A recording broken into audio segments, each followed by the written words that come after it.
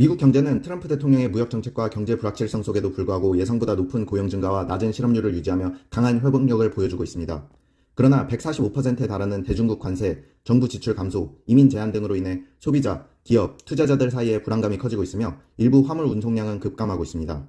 주요 대기업들은 이익 전망을 철회하거나 비용 절감에 나서고 있으며 맥도날드, 스타벅스, P&G 등의 소비 관련 기업들은 매출 둔화를 보고하고 있습니다.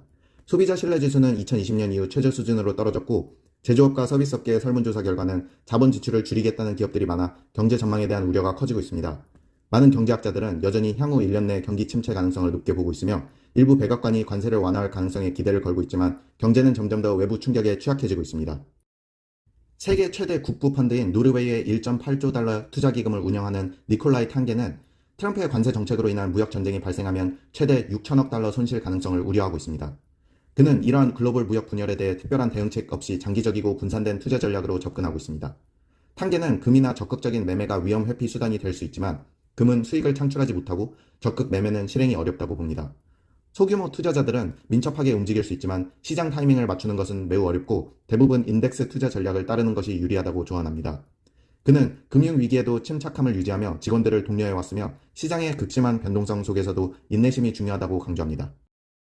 존 메이너드 케인스는 1941년에 무역 불균형을 해결하기 위한 국제 통화 시스템인 클리어링 유니언을 제안했지만 미국의 반대로 채택되지 못했습니다. 현재 트럼프의 참모들이 추진했던 마을-라고 합의는 달러 약세를 유도하고 미국 제조업을 부흥시키려는 계획으로 케인스의 구상과 유사한 점이 있습니다.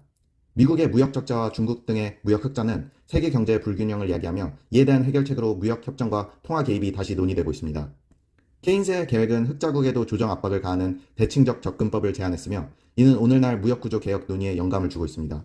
그러나 마랄라고 합의가 실현될 가능성은 낮으며 미국 내부의 재정 적자와 구조적 문제들이 무역 불균형 해결에 더 큰 장애물로 남아 있습니다.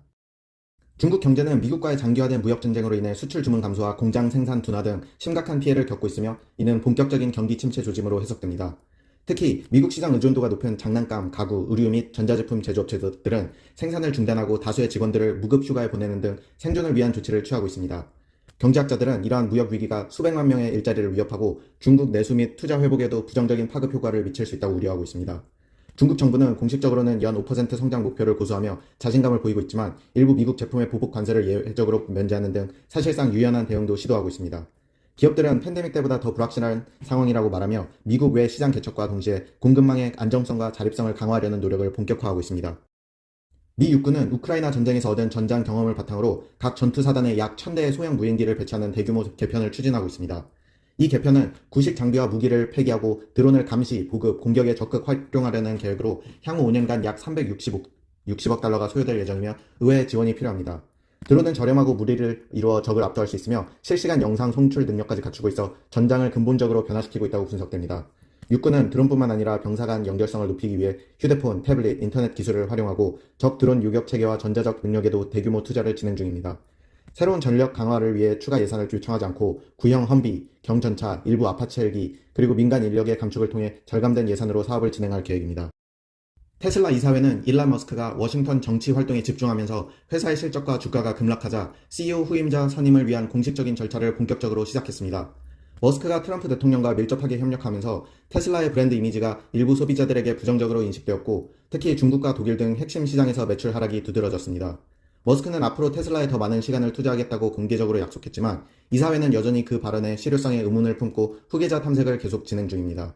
테슬라는 전기차 사업의 성장 한계를 인식하고 인공지능 및 로봇 개발로의 전환을 추진하고 있지만 사이버트럭의 부진한 판매 성과와 잦은 리콜로 인해 성과는 미미한 수준입니다. 머스크는 투자자들에게 테슬라의 미래가 여전히 밝다고 강조하며 위기 상황이 아니라는 입장을 밝혔지만 실적 악화와 내부의 우려는 쉽게 해소되지 않고 있습니다. 2025년 4월 미국의 고율 관세로 인한 중국의 제조업 활동이 눈에 띄게 위축되었고 수출 주문은 2022년 이후 최저 수준으로 떨어지며 경제에 큰 타격을 입혔습니다. 중국의 제조업 PMI는 경기 확장과 위축을 가늠하는 기준선인 50을 밑도는 49로 하락했고 신규 수출 주문 지수는 44.7로 급락하여 글로벌 무역 감소에 대한 우려를 키웠습니다. 트럼프 대통령은 중국산 제품에 최대 145%에 달하는 고율 관세를 부과하며 미국의 무역 구조를 재편하려 하고 있고 이에 맞서 중국은 미국산 제품에 100% 이상의 보복 관세를 부과하고 핵심 광물의 수출도 제한하고 있습니다. 시진핑 정부는 미국의 강경한 무역 정책에 굴복하지 않겠다는 입장을 강하게 피력하고 있지만 최근 수치들은 무역 감소로 인한 중국 경제의 단기적 손실이 점점 커지고 있음을 보여줍니다. 주요 경제기관들은 중국의 연간 성장률 전망치를 대폭 하향 조정했으며 미국과 중국 간의 실질적인 무역 협상은 아직 본격적으로 진행되지 않고 있어 향후 경제 전망이 불투명합니다. 미국과 우크라이나는 우크라이나의 광물 자원에 대한 접근권을 보장하는 협정을 체결했으며 이는 여러 차례의 협상 실패 끝에 마침내 이루어진 중대한 성과입니다. 미국 재무장관 스캇 베센트는 이 협정이 우크라이나 전쟁 종식으로 가는 길을 여는 동시에 국가 재건의 중요한 시작점이 될 것이라고 평가했습니다. 트럼프 행정부는 협상 과정에서 과거 군사 지원금 수십억 달러를 회수하려던 요구를 철회하며 타결의 핵심적인 역할을 했습니다. 바티칸에서 열린 트럼프 대통령과 젤렌스키 대통령 간의 단독 정상회담은 최근 악화된 양국 관계를 완화하는 데 결정적인 계기가 되었습니다. 이번 협정은 러시아군의 지속적인 민간인 폭격과 전쟁 고통 속에서도 우크라이나 국민에게 큰 사기 진작과 희망의 메시지를 전하고 있습니다. 2025년 1분기 미국 국내 총생산은 연율 기준으로 0.3% 감소하여 이는 2022년 이후 처음으로 미국 경제가 위축된 것으로 나타났습니다. 트럼프 행정부의 새로운 관세 정책 시행을 앞두고 기업들이 재고 확보를 위해 수입을 크게 늘리면서 전체 GDP에 상당한 부담을 주는 요인이 되었습니다. 소비자 지출은 경제의 핵심 동력이지만 1분기에는 1.8% 증가에 그치며 2023년 중반 이후 가장 낮은 증가율을 기록했고 연방정부 지출 역시 일자리 및 계약 축소로 감소했습니다.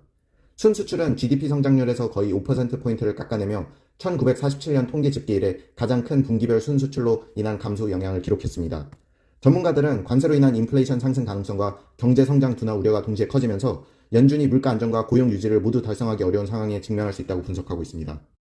미국 기업들은 관세 불확실성과 경제 전망 악화에 대응하기 위해 출장, 컨설팅 비용, 채용 등을 줄이며 대대적인 비용 절감 조치를 강화하고 있습니다. 대부분의 기업들은 대규모 해고를 피하면서 기존 인력을 유지하는 한편 신규 채용을 지원하고 외부 컨설팅과 계약업체 지출을 더욱 면밀히 검토하고 있습니다. 다우, 보스턴 사이언티픽, 펩시코, IBM 등 주요 기업들은 건설 프로젝트 연기, 공급망 효율화, 생산성 향상 프로그램 추진 등을 통해 비용을 줄이려 하고 있습니다. 기업들은 트럼프 행정부의 변동성 높은 무역 정책으로 투자 결정이 어려워지자 예측 불가능한 상황 속에서도 통제 가능한 비용 절감에 집중하고 있습니다. 일부 기업은 기존 구조조정 계획을 앞당기고 있지만 경제 회복 가능성도 고려해 인력 감축 등 과도한 조치는 최대한 신중하게 접근하고 있습니다. 러시아는 우크라이나 전선과는 다른 유럽 국경지대에서 군사 활동을 확대하고 있으며 특히 핀란드와 노르웨이와의 국경 근처에서 군사기지와 병력을 확장하고 있습니다. 러시아는 나토와 잠재적 충돌을 대비하기 위해 군사훈련과 장비 생산을 강화하고 병력 수를 150만 명으로 늘릴 계획입니다. 핀란드는 나토에 가입한 이후 국경을 강화하기 위해 전자방어 및 철조망을 설치하며 러시아의 군사적 위협에 대비하고 있습니다. 나토 회원국들은 러시아의 군사적 확장에 대비해 국경을 강화하고 있으며 특히 발트해 연안 국가들은 방어를 강화하고 있습니다. 러시아는 대규모 군사훈련과 장비 생산을 통해 유럽에서의 군사적 영향력을 확대하려는 노력을 계속하고 있으며 이는 나토와의 관계에 긴장감을 더하고 있습니다. 중국과 필리핀은 남중국해 샌디케이 지역에서 각각 자국 국기를 꽂으며 영유권을 강화하려 하고 있습니다. 샌디케이는 만조시에도 일부가 수면 위에 남아있어 국제해양법상 12해리 영해를 주장할 수 있는 중요한 전략적 지형입니다.